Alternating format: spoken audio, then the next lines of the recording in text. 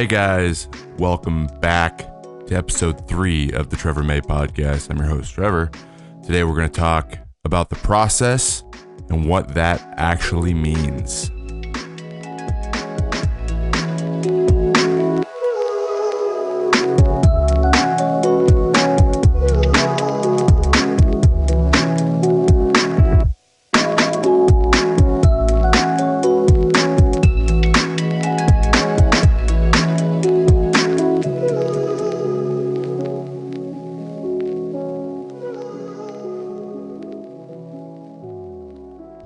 Today, I would like to cover what is quote unquote called the process in professional sports, but just in sports in general.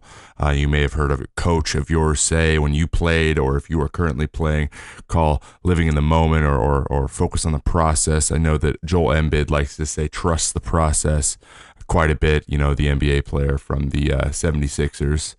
I have a little bit, I'm really excited about it because I have a little bit of a unique approach to looking at the process and really breaking things down to the most simple foundational building blocks from a mindset standpoint, and it's a great place to start. This is, again, I want a lot of the things that I talk about here in the podcast to be kind of universal, to be beyond even the baseball field, but even into regular life, or actually apply to any sport you play or anything you do competitively. Really quick housekeeping before I get into it here. Next week, episode 4 is going to be with my teammate and friend, Cal Gibson. We're going to talk about family, talk about all kinds of interesting things. He is a father of 2 beautiful young children, and he's got some interesting perspectives on being a professional athlete that I don't have. So I'm really excited to talk about that. And then we're going to get into pitching philosophy and all that stuff too. So it should be a really exciting episode. I hope you can hit that subscribe button and get it automatically uploaded into your phone or wherever it is you're listening to this podcast. So let's get into it. I really want to have a nice little conversation here with myself about what the process is, what living in the moment means, how you can break things down, the how you look at accomplishing some sort of result you're looking for, and when things aren't going well and you're finding yourself being extremely very results oriented, and switch where your mindset is back to the process, because those two things, the process comes before results. I know a lot of you probably have heard that before, but and it sounds cliche, but it's true. There's a series of steps you take and things that you need to accomplish, box to check, if you will, before whatever you're trying to accomplish happens. And it might happen quickly, it might be over a very long period of time, but it's anything. The goal is to go out, for pitching, is to go out and give up 0 hits, 0 runs, and let no one hit the ball all the time. That's my ideal situation. Of course, that's almost unattainable the 99.99% of times, but that is what you're striving for, and then you kind of just take into account the fact that they're trying to do the same thing, never get out, and then there's a middle ground there, and you want to win more than you lose. Basically, that's how baseball works. That is the most simplified way to put it. So, in the last 3 or 4 years, I found some weaknesses in my ability to play baseball consistently. I just wasn't consistent. I showed really great bright flashes of really good talent, and things were going really well, and then the next day they would be different. They would be not so good, and I really wanted to take a hard look at what was causing this inconsistency. And I realized that a lot of it had to do with my mindset, what I was trying to accomplish, and then how I determined whether or not I was successful or not. When I made those distinctions in my head, the way that I approached baseball changed. And it changed. If I threw really well, throwing really well, there were certain things that I wasn't thinking about or worried about. when I was throwing poorly, there were certain things that I was worried about that weren't necessarily helpful to be playing well. So I always came back to this idea that simplicity was my friend. I have a very full brain at all times. My head goes left, right, up, down. My thoughts go to places they shouldn't be. Negativity, frustration, impatience, all things that kind of make you spiral out of control. Those are all characteristics of me. So what I came up with was a system, and I hate acronyms, and I'm not going to call it an acronym, but it's just easy to remember because it's 3 steps. AFE, analyze, focus, and execute. Now that sounds like, like I'm up on stage and I'm a motivational speaker and I'm just saying, hey, this is the key to success. But in reality, what it is I broke every action, me throwing a pitch. So that is basically what I do is throwing a pitch. Pitching is I throw one pitch and then I throw another pitch and then I go until it's over. Eventually my outing is over. So I said, okay, that's a simple action. Let's start there. So how does analyze, focus, and execute kind of apply to pitching and then apply to anything else from there? And I kind of came up with it working in this way. When you throw a pitch, you are following 3 easy steps. So think about this, a recipe for a pitch, right? First step is pick a pitch. So I am picking my pitch. I'm deciding what I'm going to do. So where I'm going to throw the ball, what pitch I'm going to throw, and why. I'm making that distinction between the time I get the ball back from the last pitch and then before throwing the next one. So when the catcher's giving me signs, I kind of have an idea of what I want to do. There has to be a purpose behind that idea. There's several influences on that. Let me just stay in the analyze step here for a moment. While you're really trying to decide what you're going to throw, and this is what I try to do and be conscious of every time I pitch. Now, of course, it's harder said than done, but this is what I'm trying to do. Is I pick my pitch because first I have a game plan going in. We discussed with our pitcher before, our catcher rather, before the game on who is doing what their strengths and weaknesses are, and how that kind of fits into what I do, right? So we kind of decide, hey, if we're in a certain situation, let's try throwing these pitches in these locations and so on and so forth. And it's just kind of up to you to it's not memorization. It's just kind of having a feel, remembering, hey, I remember going over this guy. I faced him before. I want to throw this pitch right now. So for example, it's 0-0, first pitch of the at-bat, and it's early in the game. You're facing everyone for the first time. That's when you're most likely to throw a fastball first pitch, probably away, maybe in to set a tone, but a fastball. Okay, my reasoning for doing that is because I want to get ahead in the count to start. I want to go 0-1. Fastball is my best pitch to get a strike here, and I want to be 0-1, set up the next one. You're assuming it probably won't be hit because in the big leagues, a lot of times hitters are a little bit more patient. So that's a very simple process for why I picked the pitch I was going to pitch or throw.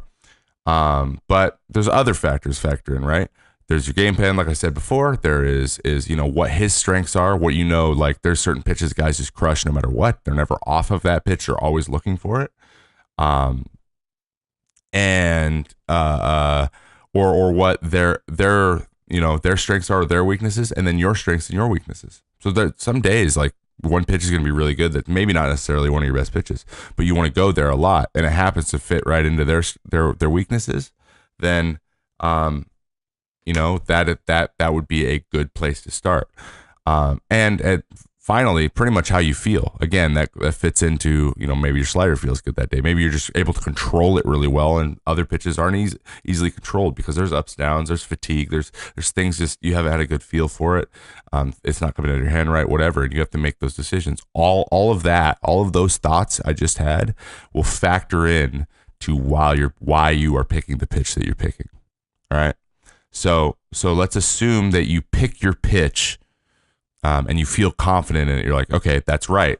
You get it. The catcher puts it down first. And you're like, ooh, he's on the same page as me. That's always a good feeling when you have an idea in your head. And they also are thinking the same thing. That's always a positive positive thing in my mind. I feel more confident what I'm trying to do because we're on the same page. So the next step in throwing a pitch is focus. Now you hear focus a lot. In this context, it literally means locking in on what you're trying to do. So you've decided what you're going to do, right? You're committing to that happening. So in real time, I say fastball away. I nod. I say yes.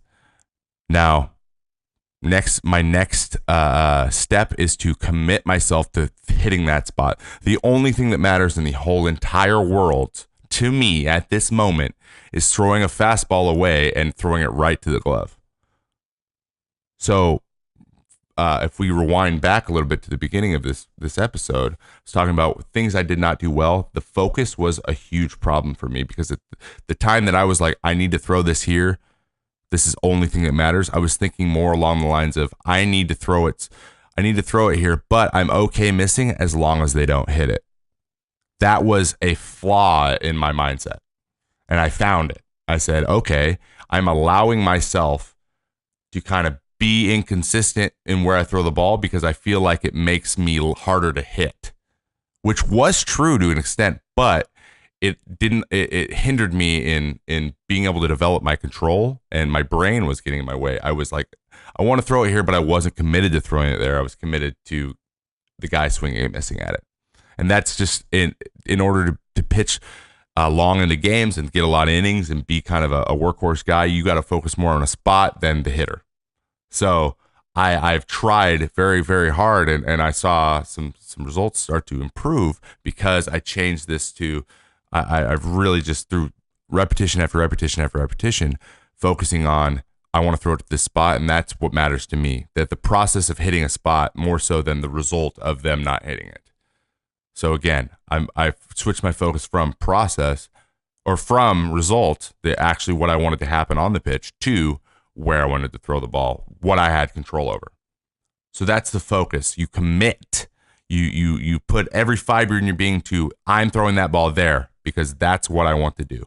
All right. That's step 2. That's the F in AFE. And then there's step 3, execute.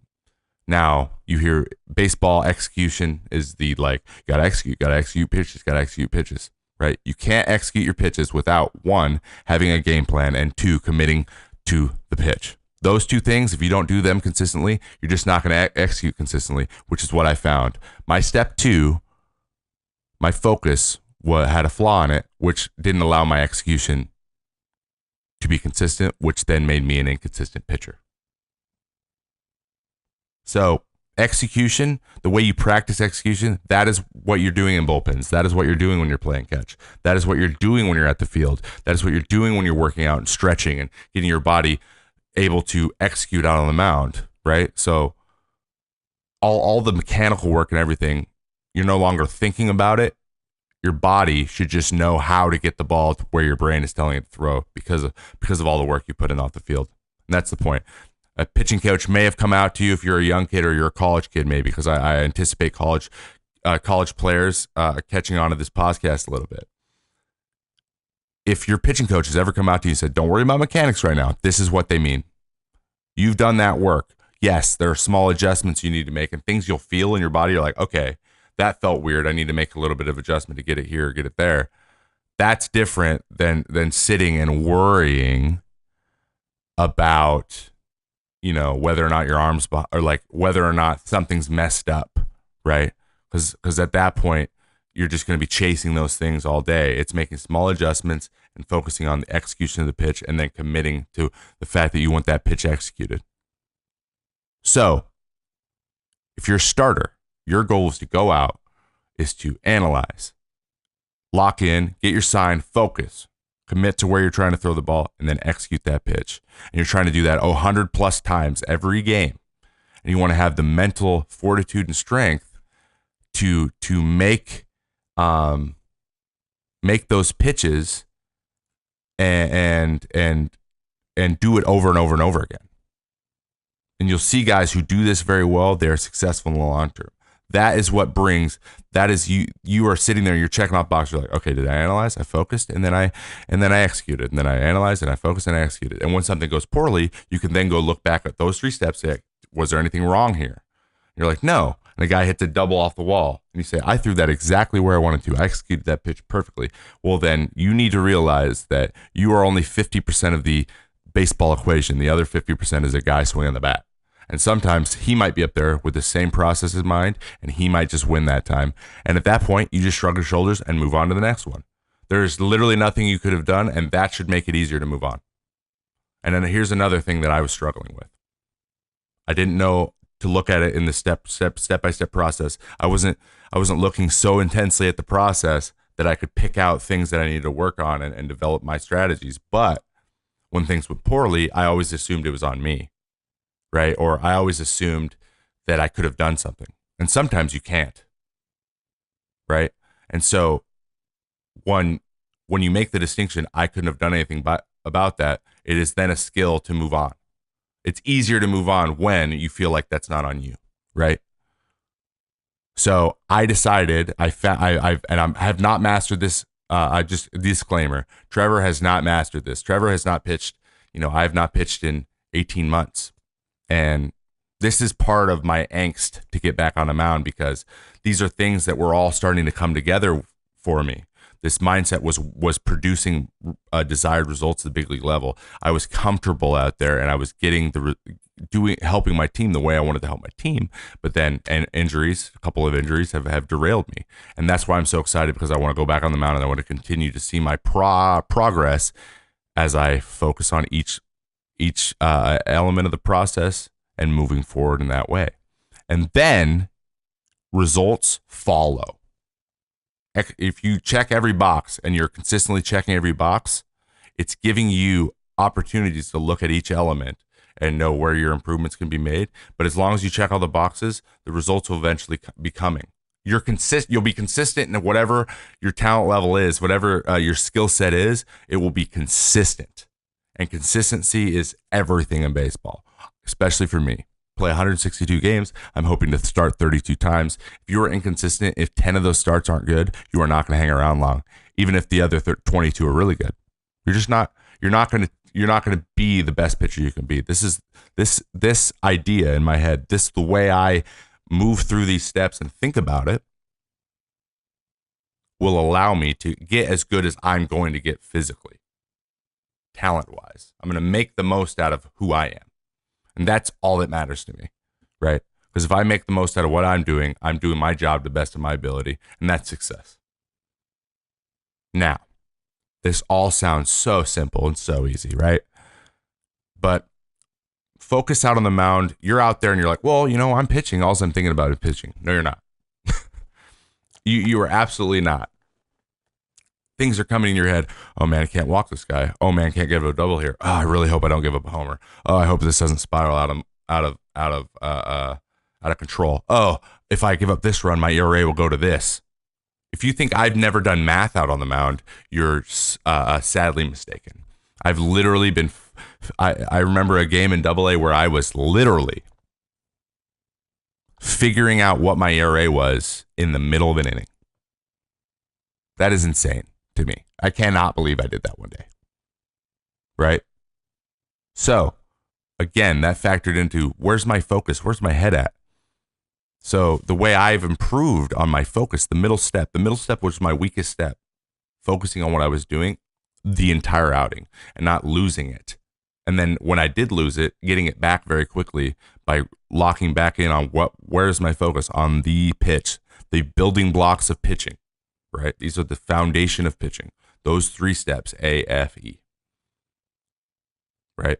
So, when you're struggling, slumping, ask yourself, where is your head? What are you worried about? Man, I can't have a bad outing again because then my stats will blah, or someone will take my spot, or result, which then leads to another poor outing because thinking about that then took your brain away from the focus that you should have been on, and you were a self-fulfilling prophecy. You were worried about the bad things that could happen, and so those bad things happened.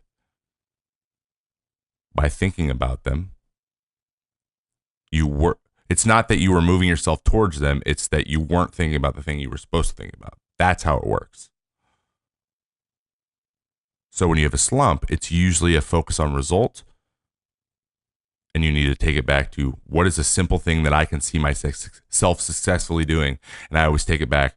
I'm struggling, but what can I do really, really well? I can have a really good game plan. I can really work on focusing on what I'm trying to do and committing to my pitch. And then I can really focus on executing that pitch as well as I can. And sometimes you're like, okay, I'm not executing very well. Now I'm just going to focus and I'm going to get there by smoothing, by using the process. I'm going to get back to where I'm executing. That happens on bullpen, whatever, maybe curveball's terrible, whatever it is, it all fits into that execution kind of umbrella, right? And then you start to say, oh, I'm focusing really well. And you start to get confidence back because like I'm executing the steps of the process really well. And I know that that's going to lead me back to results. And then guess what? It does. Pretty much every time. So if I had one word of advice to anyone young or anyone who's just interested in this stuff, think about whatever it is, especially in competition. And very interesting kind of anecdote here is I went and spoke to the inaugural teams of the Overwatch League, a video game league where everyone plays Overwatch against each other. They literally follow the exact same process. And I shared it with them. I said, you guys analyze, focus, and execute all the time. When you play a game, it's just a series of actions. Now, mine is a rinse and repeat, and it's slower, right? I go out and I can think about my pitch selection for a few seconds, and then I get on the mound, collect myself, and go. But it's the reason it's so slow is because our actions are so fine, right? Like there's not a lot of margin for error. You got to repeat well, because if you a little things off, then you'll just throw the ball where you don't want it, and then it doesn't matter. It's all move. It's like an all or nothing type thing. You either did well or you didn't, right? Video games, it's just much faster. So, but I said, you guys are all making decisions, then you're focusing on what you want to do, and then you're going out and trying to execute your plan. You guys practice all day, you run plays, you run comps, you all know kind of how you want to work around certain situations, and it's important that all of you are focused on exactly what you need to do and then worried about only doing that thing and not worried about sucking or something going poorly, right? And they were like, wow, that makes a lot of sense. I go, wow, it applies to video games even. Basketball's the same thing. Quick. You have the ball. You're thinking about my game plan here is to pass it if you're the point guard or set it up for your best player or whatever it is. Think of everything as a play. You are doing something in order to do something else, a next step, right? You analyze, you focus on doing it, and then you execute what your plan was. You come up with your plan very quickly because it's fast, and you go from there. And football is literally the same thing. Every sport, every competitive thing is broken down to AFE. And I've tried to make it as simple as possible because I need it to be simple, because like I said, there's a lot of noise in my brain, and I need to pick something simple out that I can just focus on in order to develop my focus. And that's just me. So thinking about it this way might be a little bit eye-rolly or cliche to a lot of people, but put it in context. Try to put this. I hope you can take these things and put them in context for yourself. So let me just, a question I'm going to get quite a bit, and I do get I do get quite a bit, sorry. How do you shift your focus from results and to process? Right? How do I go from being worried about the results all the time, like what my friends think, what my parents think, what my coach thinks? Because those are all things that went through my head. This is why I didn't develop any of these things till I was late in my life, and it was on me, right? I didn't have a lot of people to answer to. I just had myself. Succeed in small steps. Succeed at succeed at A, succeed at F, and succeed at E. There's three elements of you being successful. Right there. Why don't you just focus on succeeding in those contexts? Take it back to simplicity. That's what I would say. And really, really give yourself every opportunity for yourself to succeed by doing each process step well. And that's it. Analyze, focus, and execute. Thank you, everyone, for being here. Today's podcast, I know, is a little bit shorter, but it was a pretty concise and easy to understand concept, I hope. Again, as always, if you have any questions for me, my DMs on Twitter are open at TrevMay65. You can send me questions there. You can always tweet at me as well, tag me in it, and I'll probably see it. I don't get that many tweets. If you have questions for future episodes, that would be a great place to do it. I'm going to do a mailbag one of these some point. At some point, you run out of topics to talk about or interviews to talk about. So we'll do a mailbag day, which would be really, really interesting opportunity. As well as on Saturdays, I do a pitching talk Twitch stream at twitch.tv/I am Trevor May. And basically, I just open that for any video you would like to send me, and we can talk about it. You have a specific question about your video, and anything that I could pick out in your video, kind of almost like a digital pitching lesson without the actual live pitching, or even questions about big leaguers and other guys that you see, and like what makes them successful and things. And a lot of it's just kind of just anecdotal and things that, I say, I hear about his work ethic and, stuff like that. But it's always really interesting. It's fun to banter too, and just kind of hear any questions you guys might have. And that time kind of changes. So I'm going to try to tweet it a little bit more. So stay tuned for that. And as always, do not forget to subscribe here on iTunes or any of your other podcasting platforms, as well as YouTube, youtube.com/I am Trevor May. I try to put a video version because a lot of people, YouTube's a little easier. It's just this recording again, but on YouTube. And Spotify. If you have streaming Spotify, search the Trevor May podcast on Spotify, and episode 3, this episode, and all future episodes will be on there as well. Thank you so much, and I hope you have a rest of your day. And do not forget to let me know what you think in the comments below if you're watching on YouTube, or in the review section on iTunes. And give me a nice little rating there, and let me know what you thought. Have a great day, guys. Bye.